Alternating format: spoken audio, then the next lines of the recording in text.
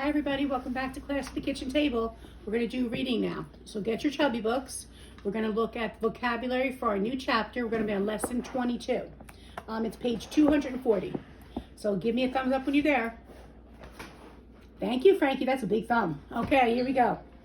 Our first word is knot. Notice how this word is spelled, K-N-O-T. It said the boys show how a strong knot in a rope can hold things together. This is going to be the tricky part this week. Excuse me. Our words are homophones. Remember what homophones mean. They sound alike, but they're spelled differently and they have different meanings. Okay, word number 2 is copy. You can copy the outline of your hand by tracing it over on a chalkboard. Number 3, planning. They are planning to fly their kite at the park today. Number 4, lonely. She misses her friend who moved to another town. She is lonely. We can all relate to that one right now, right? Number 5, heavily. It was raining heavily. The umbrella kept them from getting soaking wet. Number 6 is seriously. The boy takes playing chess seriously. He does not laugh or joke around. Number 7, answered. When the phone rang, she answered it and said hello. And number 8 is guessed. The boy hid his eyes. He guessed that his friend was hiding behind a big tree. All right, so those are our words. You're going to get ready for our pre-story. Listen for the vocabulary words as I read the story. Now remember, this isn't in your book, so you just need to listen as I read. It's called The Middle Seat. It was 2 hours into the ride, and Grace was trying not to scream. Her mother's suitcase bumped heavily, there's one, against her with each pothole in the road. The storm outside made it nearly impossible for her to read her book. To make things worse, Grace was stuck in the car's middle seat, luggage on one side and her 5-year-old brother, Brendan, on the other. Grace glanced over at her brother.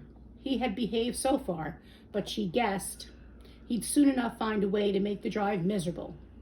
Her family had made the same trip last year, and the drive had been a nightmare. So Grace had done everything she could to avoid the middle seat when her parents had started planning this year's trip. She told them about the suitcases bumping her. She described how Brendan had loved to copy everything she did. She explained those reasons and more very seriously. But here she was again, in the middle. Hey, Grace, Brendan said, interrupting her thoughts. Know what I did in school yesterday? No, but I'm sure you'll tell me, answered Grace. Pedro was crying because he had no friends to help him tie his shoes. I felt bad, so I tied his shoes with my special double knot. This was not what Grace had expected to hear. Brendan's stories usually involved pretend pirates or becoming a ninja. They did not include helping out a lonely kid. Her little brother was growing up. I'm proud of you, Grace whispered. As she said this, she realized how true it really was. Her little brother was growing up. Somehow she had not noticed this before. They talked throughout the rest of the trip, and even though the suitcase still bumped into her sometimes, she didn't mind being in the middle seat. Okay, so there we had all of our vocabulary words. We could relate to that story. It's interesting how sometimes we forget that people can change.